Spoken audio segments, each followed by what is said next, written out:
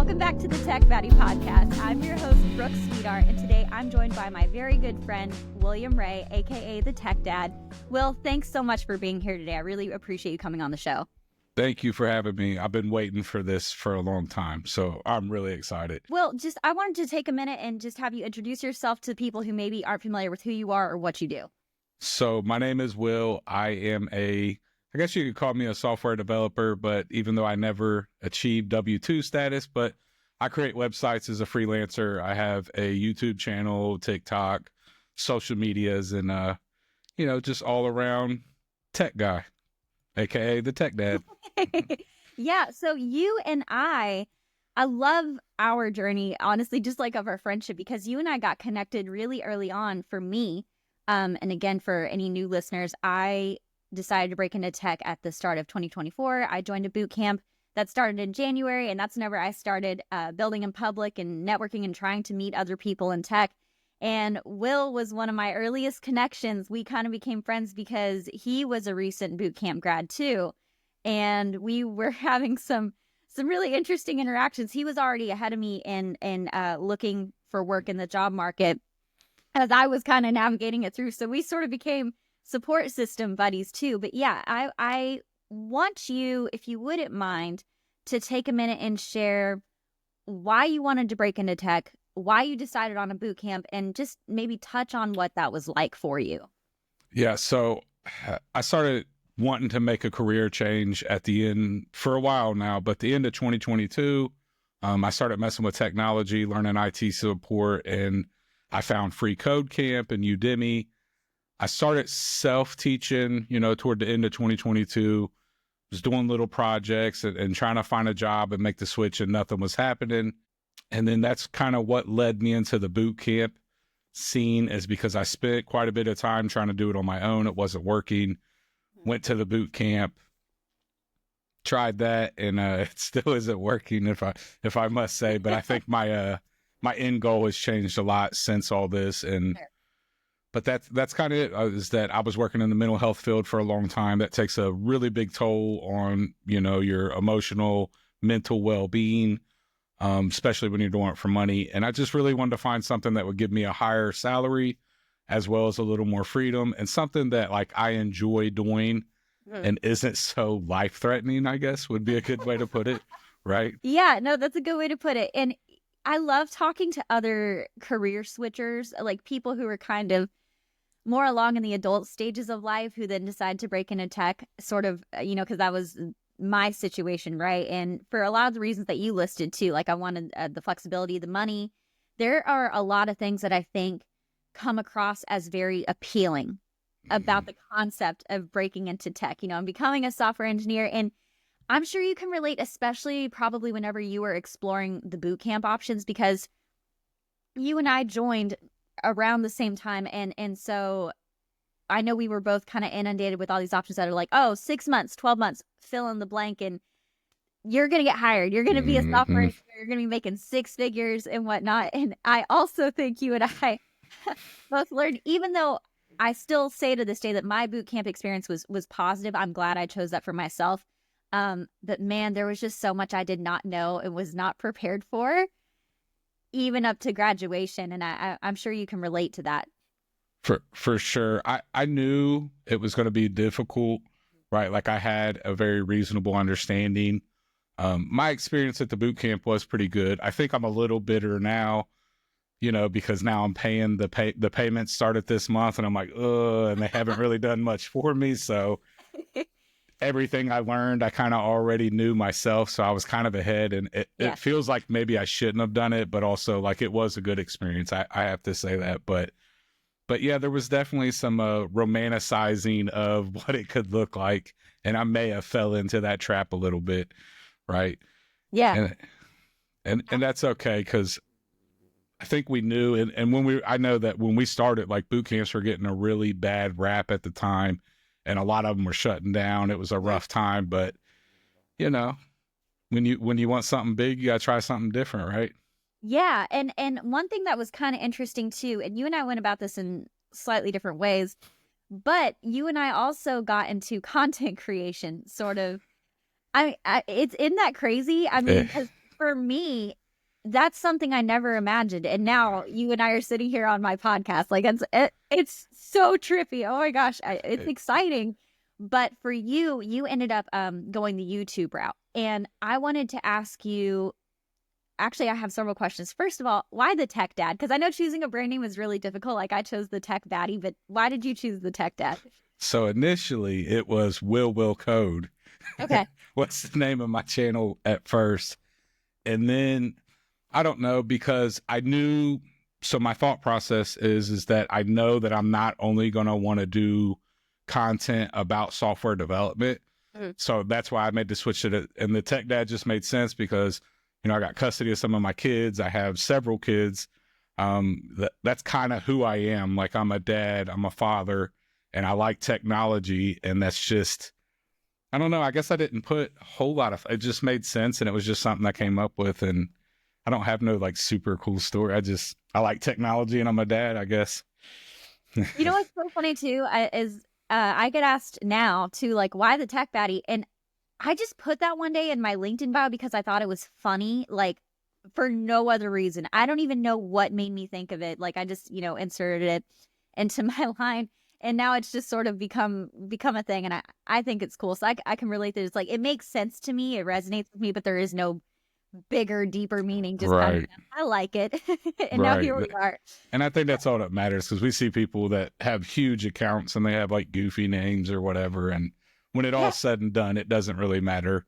Like it's about us as people, right? Yeah, absolutely. And so whenever you started your YouTube channel, I know you were talking about your job search. You were also talking about just trends in tech, things with software development.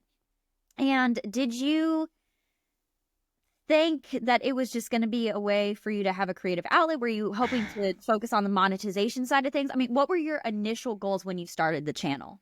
So when I first started the channel, the whole point of it was to get a job. So I had watched somebody on YouTube, I think Michael White and Dorian Develops.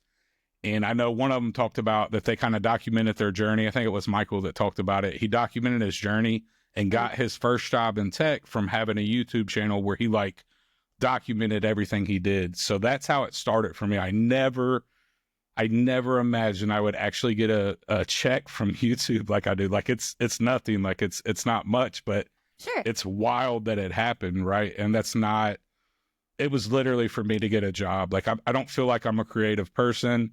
Like sometimes I struggle with video ideas. It was literally to document my journey, and then it has kind of evolved into other things, right? Yeah. But that was it. Like it was, the whole point of it was to hope that it would help me get a job, because I was doing self-study in the beginning, and then it keeps evolving, and I like doing it. I don't like editing, but I do like doing it. I don't like editing either. Yeah. It's the worst. No, and so again, you and I sort of went about it in different ways, but like we have the same story as far as that goes, because that's why I started posting. And for me, it's been on LinkedIn. That has been to this point the main platform that I've been active on. And it was just to gain visibility and hope that, dear God, someone would see a post or something that I was doing and be like, hey, you know, maybe she would be a good addition to our team. And, you know, I'm still active in my job search journey, but it's so weird though, now that the content creation has become such a big part of my life, and now I take it so personally, right? I pour so much of myself into the stuff that I put out, and when it resonates with people, like that's such a value add I was not expecting. It's just something else that has come of it that I've really enjoyed, and I think in some ways I've discovered some strengths and talents that like I just didn't know I had, because I never did any of this before. And yeah, following you're a natural. You're a natural. Thank you. You are a natural. I appreciate that. But just like the weird, crazy stuff that I have the opportunity to do now, in spite of the job search, it has become my second career, and I'm excited about it. And I'm excited to see you too. Like I've been watching you from the start, just like you have with me too. And it makes me so proud and happy. Like I remember whenever your channel got monetized, and I was just like, because that's a huge deal. That is not easy at all. I was surprised as you. I was like, wow, this is crazy. But I get what you're saying. I remember there's a friend of mine on LinkedIn that made a post about making content, but not like working toward my job search, right? or working on projects. And I remember I got mad at him, and I told him like, hey, you offended me with that. It made me a little mad, but I had to think, and it was real, right? Like I had to decide like, what did I want to focus on more? Right. And like with the content process, like, take everything else out of it, but like the ceiling's a lot higher with content, right? Like you were saying, like we get to meet new people, we have new opportunities, you can monetize your content, all these different things, and it gets you thinking like, maybe this is what I should put a little more effort into, because this could be something way bigger than I ever imagined, as opposed to coding on a laptop, something, you know what I mean? Yeah. So much different. It's it's been a little bit of a tightrope balance for me, because for you, again, just our parallels, but you've definitely ventured into the freelancing side of things and also the content creations. At the same time, with some of my tech mentors and some of the great people in my support system, I have had some people say, hey, listen, just make sure if you do pursue a full-time opportunity, which is fantastic, but what you're building here on the side is also very special. Like, don't give up on that. Don't let that disappear and fizzle out with what you're doing. And so I've had a period lately where I'm like, man, I really still kind of need to figure this out, what this is going to look like for me, because so much has been very unexpected and just continued to snowball. And again, I'm also enjoying it too. And having these chats and bringing these stories to light and sharing them with the world is very exciting to me. But I also am genuinely passionate about coding, building projects, solving problems. So still trying to navigate that. So for you, I want to ask you too about how you sort of balance your freelance work and your projects and any time that you spend maybe upskilling yourself, because honestly, like, I'm sure you realize this, the more time you spend away from your terminal, like the rougher it is to stay on top of it. Very much so. So I help with a nonprofit in my area, and I help them on their tech side. So I get to do a little bit of coding. I'm getting ready to help them build an app for a statewide function that's coming up, which helps me keep the coding in there, because while I am doing freelancing and content creation, I'm open to a job if the right opportunity comes, right? Like the freelancing is nice, but it is brutal trying to find clients all the time. Like it's working out so far. It could get better, but I'm open to new opportunities all the time. So upskilling is very important. As for the balance, I mean, I do blocks of time is really kind of the thing that I've always done, right? Like I try to have blocks of time to work on projects, upskill, content creation, my personal life, plus I have kids to take care of, and it's just it's like a pendulum, right? Yeah. I'm always striving for balance, but I don't think I'm always there for long, right? So yeah, that's the honest truth, is that I'm just fighting to be balanced all the time, right? Sure. And I think that's all we can really all strive for, is to have balance, but I don't think anybody truly has like great balance all the time, right? Yeah. And if I'm wrong, let me know. I want to talk to you. I mean, yeah, I think that there are people who have some good systems in place, but also like we're human beings, and it's hard, especially people that do have a lot going on, and then also families and life, personal responsibilities. Yeah, it's not easy. So finding that balance is difficult. And I want to talk to you about the challenges that you were facing specifically in that period whenever you graduated the boot camp. At the time you were seeking a full-time opportunity, like that was your goal and your intent. Right. And what were your experiences like? Because I know, because you and I are connected and talking in the background, and I know how proactive you were being. I'm saying, like, you and I are two people that I would say have been doing all the right things checklist wise, right, to get a job in tech. It was brutal, if I'm being honest. I spent a lot of time and a lot of effort doing what I was told from lots of mentors and predecessors on what's right, working on projects, building in public, talking to people, coding. Like, it was brutal. Even now, I think it took a lot of wind out of my sails, which led me to the freelancing, because I have a family to take care of. So I got pushed into the corner that I had to figure something out. I couldn't keep waiting. I didn't have a job at the moment. It was a brutal experience, to be honest, right? Like it was rough, you know, sending out, like I think I was over 2,000 applications at least, right? And I think I had maybe 3 interviews, and all of them did come from referrals. I will say that much, but like, it was like, oh, I'm an ex-con, I have a history. So one person didn't, take me any further in the interview process. And then there was a few other reasons for the other people, but it was an experience, right? It tested my, my willingness to continue. Right. Right. Absolutely. Well, you do have a diverse background, Will, and it is what it is, my friend. I mean, it's, you're also a military veteran too. Right. And on top of that, I mean, I think honestly, all these factors probably have forced you and pushed you shaped you even into a person that is very find a way, make a way. Because those are just some adversities that some people don't have to deal with and some people don't have to face. And there is absolutely power in being your own boss, the entrepreneurial, not having to answer to anybody and forging a new path. And that can be very scary for people too. I think that the idea of freelancing for some people in this space is intimidating more than anything, because it's not about, here's your assignment, here's what you have to build, do it.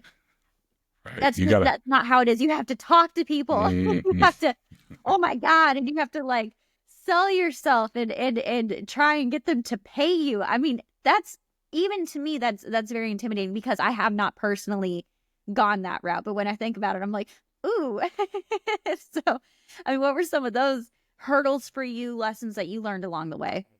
Well, I feel like I'm a natural at sales. My background was heavily in, sales and talking to people. And then when I did decide to turn my life around, I did a lot of public speaking in groups and stuff like that. Cool. And I've always been a really open, and I want to say honest, but, as honest as I can be with people. And that usually resonates when I'm talking to them. So that part, talking to them, hasn't been super difficult for me, right? But getting people on the phone through text messages and cold calls can be difficult to do.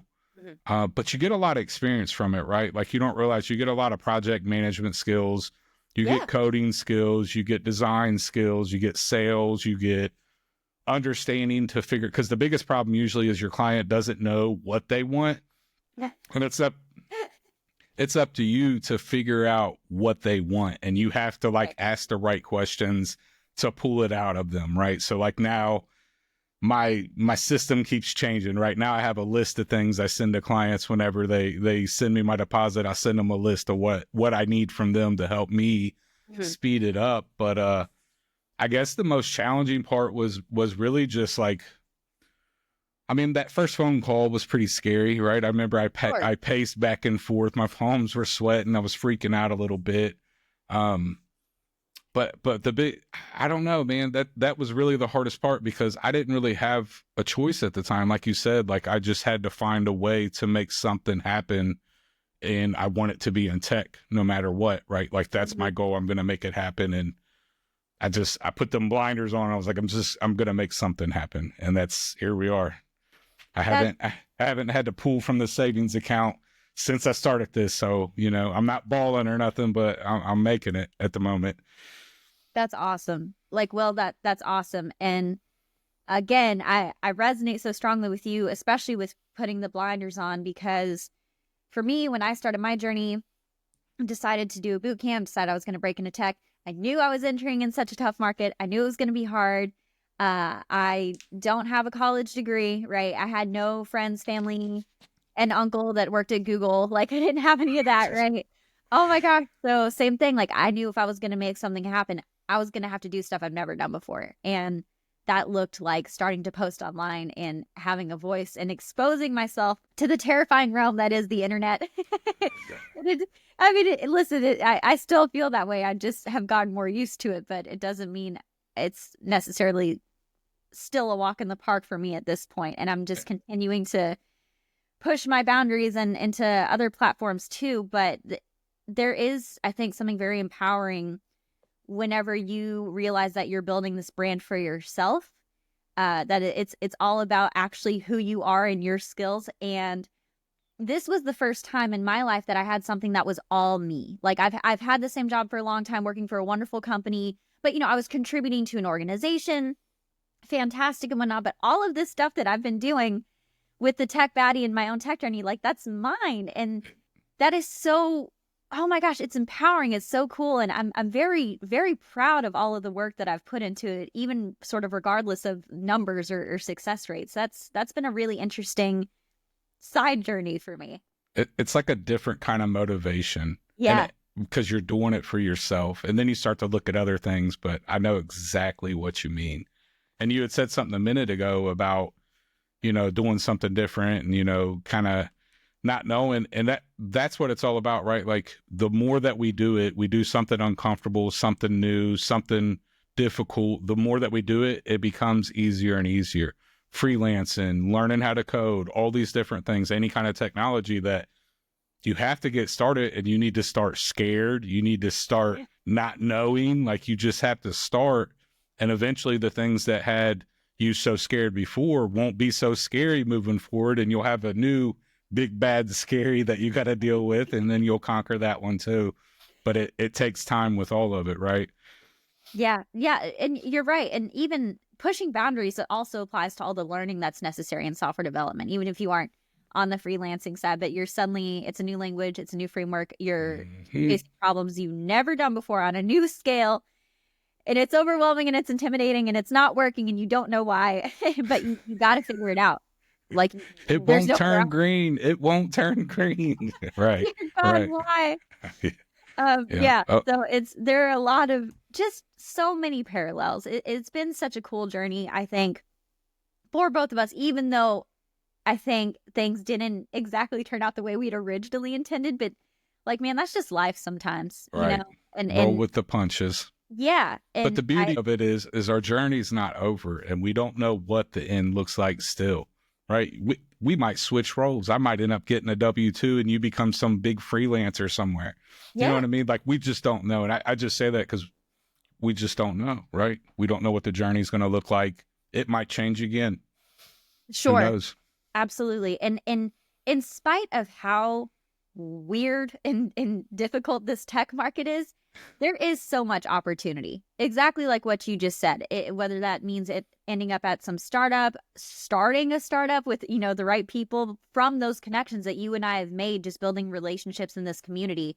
Or like I said, branching into freelancing or even different directions with this content. There are people in this field who become professional mentors and career coaches that are very tech parallel too. I have some amazing conversations with people who've kind of found their calling, starting out in a similar way, wanting to be a developer, but there's so much more to the tech world than just software development. That's the path I'm interested in, but there's so many different roles out there too. There really is. It's just this in general. Like, I wouldn't even be having this conversation with you if I wouldn't have just got started with a hello world in Python at some point, right? This wouldn't even be going on right now. That's why it's so important to, to the people listening. Like, it's so important to just get started, just get going, fail quickly, fail forward, and just keep moving. Absolutely. So with your content that you have been producing and you have been super authentic and very transparent about your journey and the things that you've been going through and discovering along the way. So what are some of the most common questions or challenges that like your followers or viewers ask you about? Like, what do you get reached out to about most often? Mostly with the freelancing, how to get started with a freelancing business, how to find clients.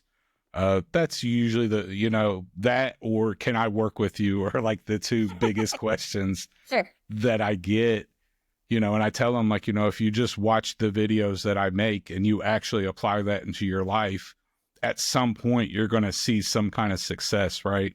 It might not be all the time. It might not be consistent, but you will achieve something if you just do what I told you to do. I try to keep it simple, find business owners online. Like, you can do it on LinkedIn, you can do it on Nextdoor, and Facebook, Instagram, however, because this is a technology world and we have access to people everywhere, right? But that's probably the biggest question is, how to get started freelancing, or, hey, Mr. Tech Dad, can I work with you? Mr. Tech Dad, I love that. Yeah, so while I got you here, and if you do want a deeper dive on the ins and outs of freelancing and how to do it well, definitely check out the Tech Dad on YouTube. The links will absolutely be in the description. But some actionable, practical steps. I know it's a numbers thing, right? You're going to get a lot of no's probably before you get a yes.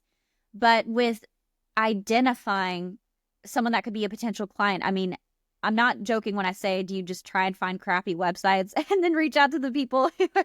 Like, what were your initial tactics? Right. So I scroll on Nextdoor's where I got my start at, where I sold my first several ones, and it's like a crappy version of Facebook. I would scroll and look for people that were looking for plumbers, looking for deck builders. And then when they put that post out, there's going to be a bunch of business owners that comment. I would go into the comments and then I would reach out to each one. So what I would do is I'd open up their profile. I'd find some kind of work they did in their profile to figure out what they do. And then I'd reach out. And what I would do is I'd try to personalize it with like, man, that deck, that black deck you did the other day looked beautiful. Do you have a website to put it on? Right. And that's how I would open the conversations. I try to personalize it so they know that like I looked at the work they've done, right? Whatever it may be. And I'm just using decks as an example, but people cut grass. You could be like, hey, those are beautiful lines you put in that yard, or that's a cool design. Right.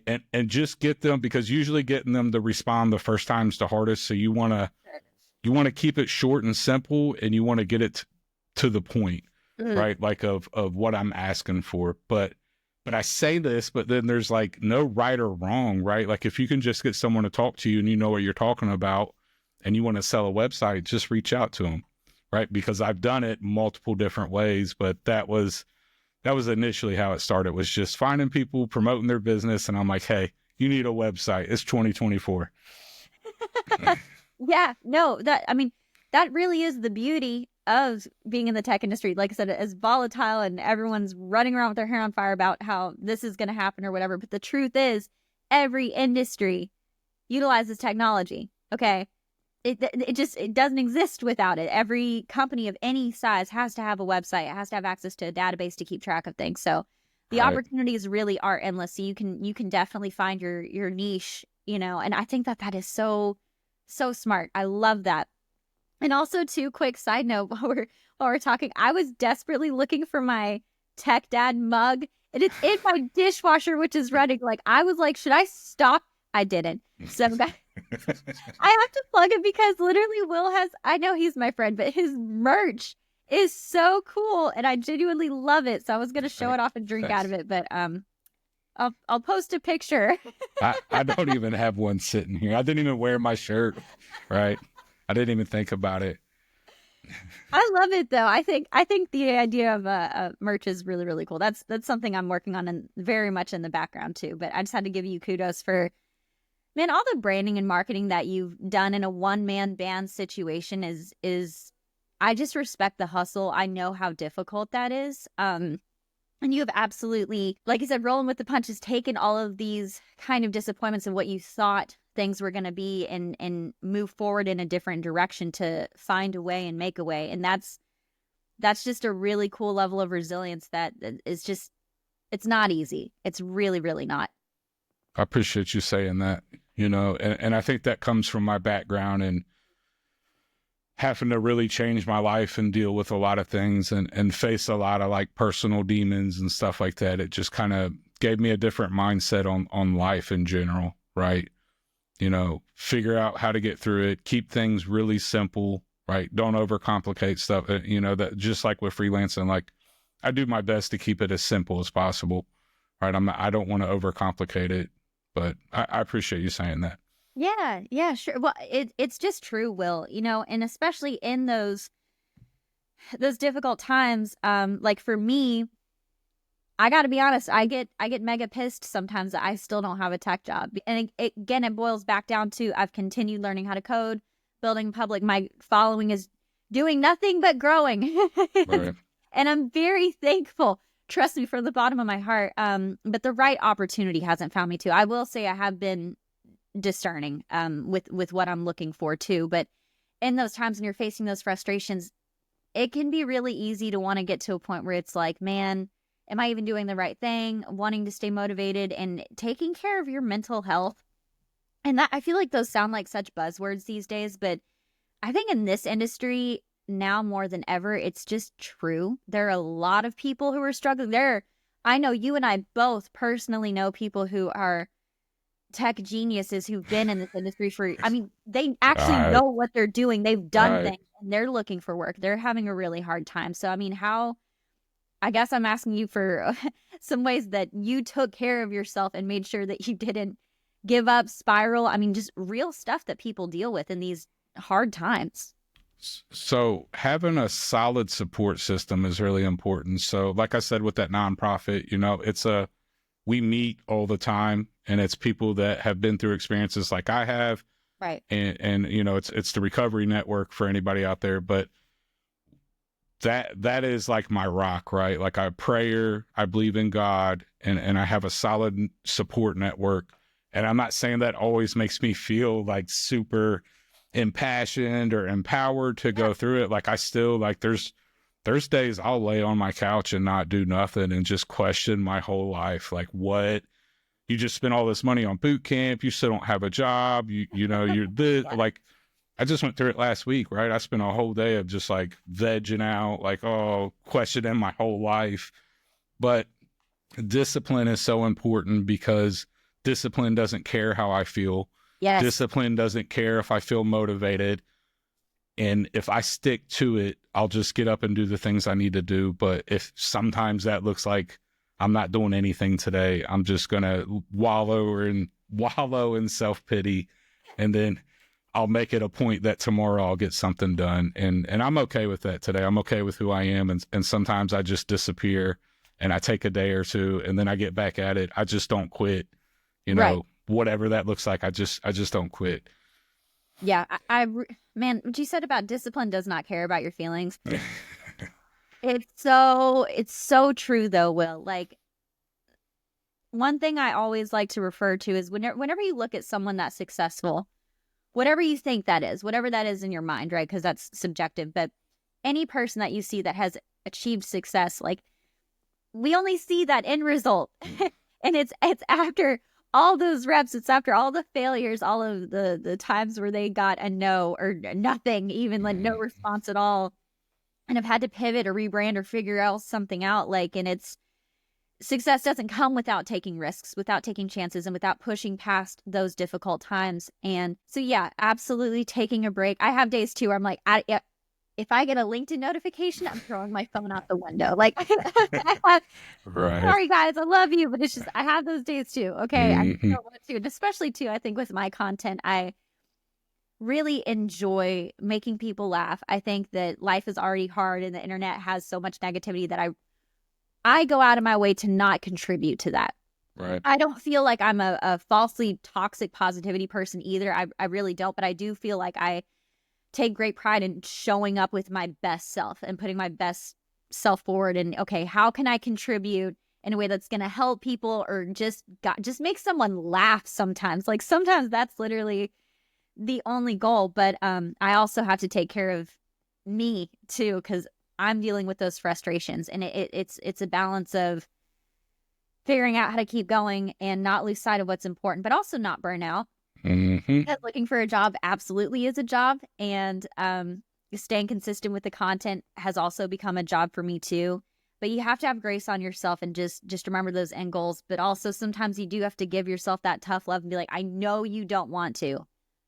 I promise, but like, get up. Right.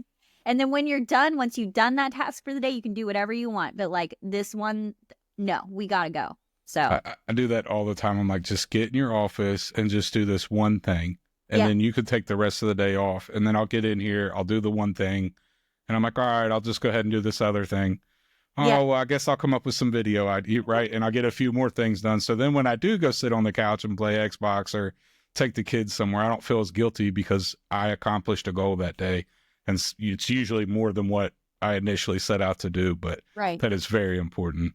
Absolutely. And that actually helps with your mental health too, right? Because if you say you're going to do something, like that's a form of self-love, that if I tell myself I'm going to go do something and set a goal and I go do it, Right. that's how I show my self-love, because that's the better me. So it's like a circle that like helps you, right? Like it literally helps you by doing these things, because I don't know about you, but for a long time for me, like I was good at being good to other people, but I wasn't good to myself. And I wouldn't follow through with things for myself. I would for you. If I told you I'll show up or I'm going to do this, I'll come do that, but not for me. And what I learned is that when I show up for me today and like better myself, however that looks, that's how I show myself love. Then I feel better. So then when I'm relaxing or doing it, I just feel better about it in general. And it's like a reward for being good to myself. That is, I hope that made sense. that makes perfect sense. No, I my better self, like that resonates with me so hard, because I'm such a perfectionist by nature. Like I'm the most type A woman you're ever going to meet. Okay. And so I like that, because I feel like it makes me more efficient, blah, blah, blah. I think there are good things, but then also on the flip side, like I am easily my own worst critic.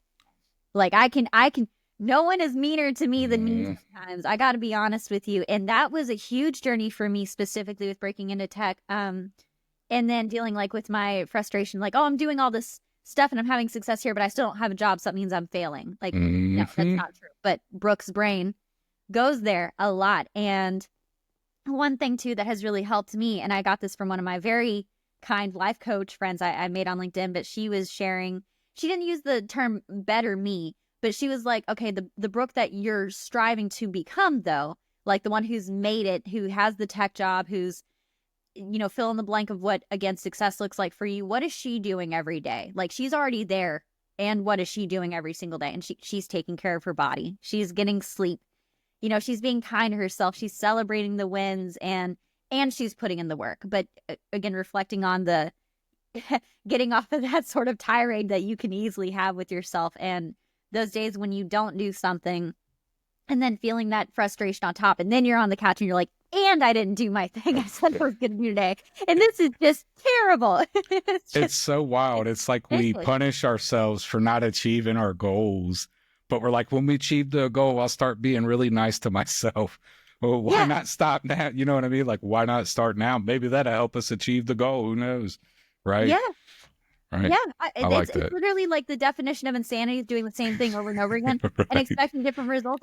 There's so much truth to that, Will. It's like, if nothing changes, nothing changes. And that's one of my favorites right there. That's why when I worked in the behavioral health and substance abuse field, I'd always tell my clients, like, you know, I'm not going to tell you not to beat yourself up, because that's an unrealistic expectation. Just use a feather when you do it. Right. So like, I know for me, like I'm always going to beat myself up. It's just something I won't get rid of, but I can do it in a nicer, softer way. Right. And that makes it a little bit easier. Yeah. Yeah, that's awesome, Will. So it's been a real honor and privilege to watch your journey and kind of how it's evolved, how you've transformed yourself into not just the content creator as the tech dad, but also as my friend too. I've seen your personal growth and watched you overcome a lot of these challenges and try and figure out what you're doing and what your place is in this space. And what's so cool too is I know I've been watching. I can't even imagine how many others have been too. I think you've come to realize this with starting to be more present online, is how many lurkers there are, right? Like people who aren't creating or posting, but they're not even liking your stuff. You didn't even know they knew about you, and they just show up like, thank you so much. And I'm like, yes. What? I've never even seen you interact with anything, but thank you for saying that. I needed to hear that today. Right. Yeah. It makes a world of difference though. Like the one message that you get, you know, the one day, like, hey, this really resonated with me. And I think the truth is, sometimes in our struggles, when we're in the thick of it, we feel like we're the only person in the world experiencing exactly what we're experiencing, and we're not. And, you know, many people who are listening in this tech space, a lot of my followers specifically are career switchers, people who've done boot camps, who are adults trying to make that transition into tech. And I think sometimes just the representation and knowing that you are not, in fact, the only person having a difficult time and navigating the same landscape that we are too, it can make such a big impact. For sure. That's how our relationship started, right? Like Yeah, we were like yeah. we were in the trenches together, and I was like, all right, that's my homie. Like, we got this, right? And that's important to have, right? Because that leads back to what I was saying a minute ago, is that you need a support network, You do. and it can look different in different ways. So, like, how many times have you cheered me on, or made a PowerPoint, or did whatever, right? Yeah. You know what I mean? These things that like keep me pushing, or, or hopefully vice versa, but I won't assume. But, how many times do you just help that other person, and then you just build that connection that you keep me going, right? Like, you motivate me to do this, you motivate me to do that. And I'm grateful to you for that, right? Like, you have done that for me in my own life, but that's why it's so important, right? Like, we are the network. We have to look out for each other. Absolutely. And it's for anyone that's listening and doesn't know what we're talking about, when I was still in my boot camp, so I was looking for a job yet, and Will at the time was looking for a full-time role. I wasn't joking when I said I got mad that day. I was like, why is no one hiring Will? This is so stupid. So I sat, again, my crazy type A self was like, I'll make a PowerPoint presentation. So I did. And it was like all the reasons why you should hire Will and why he's amazing.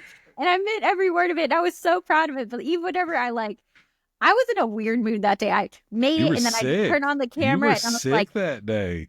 I know. I probably like the combination of doing? Mucinex and feminine rage, Will. I was like, you guys are going to listen. And so I just presented it and posted it on LinkedIn.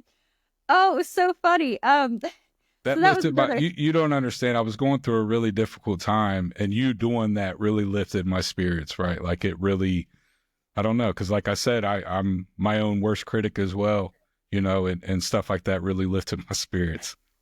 Loved it. I'm so glad. I had fun doing it in my delirious state, but it's so cool, man. The friends I've made along the way, you very much included. And then also too, the hope it gives me, whenever I see my friends win, whenever I see someone, oh my God, take down the green banner on LinkedIn, or find a new role, start their own freelancing, just find some level of success.